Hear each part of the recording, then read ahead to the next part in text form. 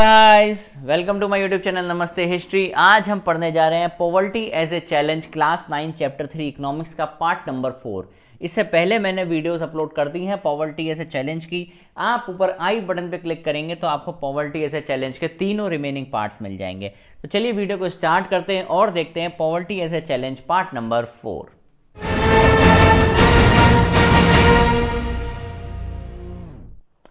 अब देखो, सबसे पहले आ रहा है एक क्वेश्चन ये बहुत इंपॉर्टेंट है। पूछा जाता है कि discuss the major reason for poverty in India. तो पॉवर्टी के मेन रीजन क्या क्या हैं? देखो, सबसे पहली बात, low level of economic development under British colonial rule. Britishers के टाइम पे अगर हमने देखा था तो बहुत ही कम डेवलपमेंट था, डेवलपमेंट नाम की कोई चीज़ ही नहीं थी। ठीक है, तो उससे क्या हुआ, हमारे जितने भी ट्रेडिशनल हैंडीक्राफ्ट थे और इंडस्ट्रीज़ वगैरह थी तो कुछ भी ऐसा नहीं हुआ था। इवन देन एग्रीकल्चर भी उनके कहने के हिसाब से होता था। इंडिगो की खेती करनी है, वो कहते थे ये इंडस्ट्री लगाओ, तो भैया ये इंडस्ट्री लगानी थी। तो सब कुछ किसके हिसाब से होता था? ब्रिटिशर्स के हिसाब से होता था। ठीक है, तो उस चीज़ की वजह से हमारा देश जो है पिछड़ा हुआ रहा। ब्रिटिशर्स ने कभी भी डेवलप नहीं होने दिया देश को।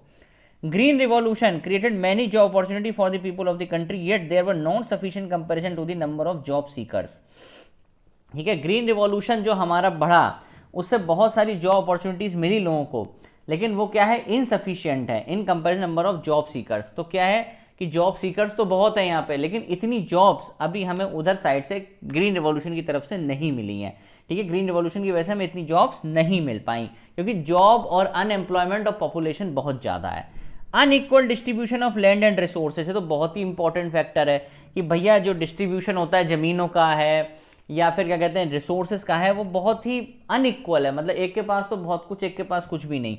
ये भी हमारा एक फैक्टर है पॉवर्टी का। अगर आप पुराने टाइम में देखो तो जमींदार होते थे, तो जमींदारों पर बहुत ज़मीन होती थी और किसानों के पास बेचारों पर 2 गज ज़मीन नहीं होती थी। ठीक है, तो ये अनइक्वल डिस्ट्रीब्यूशन है। ठीक है, in order to fulfil social obligation religious ceremonies the poor end up spending a lot which result in poverty. ठीक है, ये तो सभी को पता है भाई कि कुछ भी ऐसा फंक्शन कराना है, शादी करानी है, तो उसमें क्या होगा, गरीबी बढ़ेगी, वो अपनी ज़िंदगी की सारी कमाई लगा देता है। और सबसे लास्ट पॉइंट, इनइक्वालिटी। इनइक्वालिटी किसमें? इनकम में।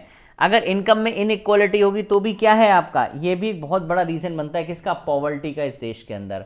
ठीक है, तो आपको समझ में आया कि पॉवर्टी का एक सबसे बड़ा मेजर रीज़न क्या क्या बन रहा है और मतलब कैसे कैसे पॉवर्टी हमारे देश में बढ़ती गई। तो बेसिकली ब्रिटिशर्स के ही टाइम से पॉवर्टी हमारे बहुत ज़्यादा होती गई। ठीक है, समझ में आया। अब आज का जो टॉपिक है वो हमारा बेसिकली क्या है, ग्लोबल पॉवर्टी सिनेरियो।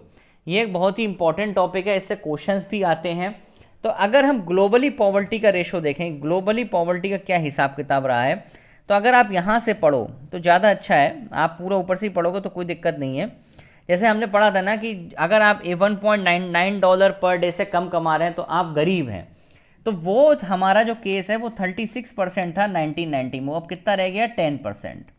मतलब पॉवर्टी वर्ल्ड बैंक की क्राइटेरिया के हिसाब से भी गरीबी घटी है। देखो ना, पहले क्या था, $1.90 पर डे, वो कितना, पहले कितने लोग गरीब थे, 36%। अब कितने गरीब हैं, सिर्फ 10%। तो आप देख रहे हो ना पॉवर्टी का रेशो किस तरीके से गिरा है।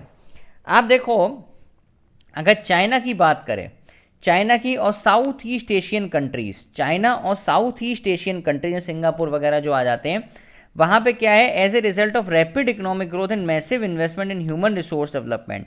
तो number of poor in China, China की बात करें सबसे पहले चाइना की, तो वो कितने थे पहले, 88.3% थे 1981 में। अब कितने हो गए, 14.7% इन 2008, और अब कितने रह गए, 0.7% इन 2015। तो भैया चाइना का सबसे पहले देखो, चाइना की स्थिति कितनी बढ़िया हो गई। 88% लोग गरीब थे 1981 में, आज सिर्फ 0.7% लोग गरीब हैं 2015 के हिसाब से।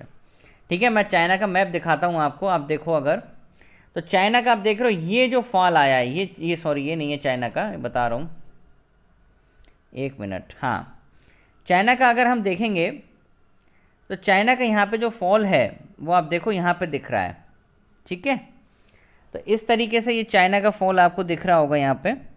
तो ये इतना ये फॉल गिरा है चाइना का। अगर इन्होंने तब क्या लिया है, ये देखो इन्होंने यहाँ से लिया, 88 से नहीं दिखाया इन्होंने, 14.7% से दिखाया, 14.7% से 0.7%। तो अगर आप देखो यहाँ पे 14.7% से, ये अगर आपको थोड़ा सा दिख रहा होगा, ये वाला जो चार्ट है, ये जो लाइन आ रही है, मैं इस पर बना नहीं पा रहा हूँ क्योंकि लाइनें चिपकी हुई हैं ये, तो ये देखो 0.7% यहाँ तक आके रुक रहा है चाइना का हिसाब किताब, देख रहे हो आप यहाँ, ठीक है। तो चाइना में बेसिकली ये स्थिति हो गई है कि अब वहाँ पे गरीबी है नहीं, ठीक है। आ गई बात समझ में। अब चाइना के बाद अगर हम आगे बढ़ेंगे, क्योंकि वो ग्राफ इतना चिपका है कि बनाना मुश्किल हो रहा है, वरना कन्फ्यूजन हो जाएगा।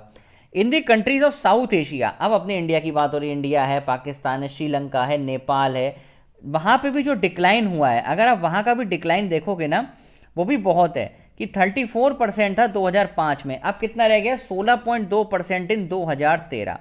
तो अब पॉवर्टी कितनी रह गई, पहले कितनी थी 34%, पहले कितनी थी 34%, अब कितनी रह गई है, ये देखो आप, ये दिख रहा है ना आपको ये वाला ग्राफ, ये देखो, ये साउथ एशियन कंट्रीज हैं, अपना वाला जो है, ठीक है। तो पहले 34% था, अब कितना आ गया घट के 16.2%, ठीक है। तो साउथ एशियन कंट्री का ग्राफ समझ में आया कि 34% था पहले, अब कितना आ गया 16.2% इन 2013।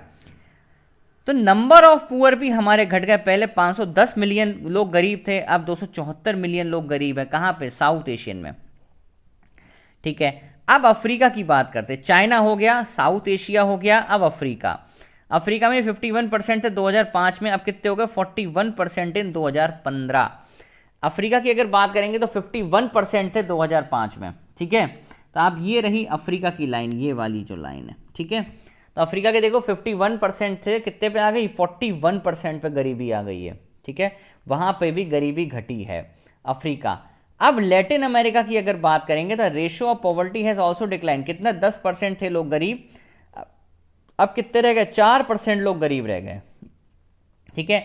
लैटिन अमेरिका का ग्राफ अगर आप देखोगे तो ये फिर वही है, थोड़ा सा वैसा बना रखा है इन्होंने, 10% थे, कितने रह गए 4% रह गए।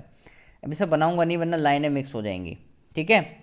तो ये आप देखो poverty has also resurface in some of the former socialist country like Russia where officially it was non exist earlier, ठीक है। तो कहीं कहीं पे आ भी गई है। टेबल 3.2 ये तो आपका हो गया पूरा, ठीक है। तो ये आपने पूरा देख लिया है किस तरीके से ग्राफ आया है। तो मैंने आज इस वीडियो में बस ग्लोबल पॉवर्टी सिनेरियो डिस्कस किया है। सबसे पहले हमें किसका लिखना होगा, चाइना का लिखना है, याद कर लो, सबसे पहले चाइना का लिखना है, चाइना, सब में गरीबी घटी है। फिर उसके बाद हमें किसका लिखना है, साउथ एशिया, साउथ एशिया में अपन लोग आते हैं, इंडिया है, पाकिस्तान है, श्रीलंका है, ये सब साउथ एशिया में आते हैं, ठीक है। तो चाइना हो गया और साउथ एशिया हो गया, चाइना हो गया, चाइना के बाद साउथ एशिया हो गया, साउथ एशिया के बाद हमें क्या लिखना है, अफ्रीका लिखना है, अफ्रीका याद रहेगा सबको, चाइना हो गया, साउथ एशिया हो गया, अफ्रीका हो गया, अफ्रीका के बाद आपको लिखना है लैटिन अमेरिका, ठीक है। तो ये सारे पॉइंट्स आपको लिखने हैं और याद रखने हैं, ठीक है। तो कल हम इस वीडियो में आगे डिस्कस करेंगे सम एंटी पॉवर्टी मेजर्स। तब तक के लिए वीडियो को लाइक करें, शेयर करें एंड चैनल को सब्सक्राइब जरूर करें and thank you very much.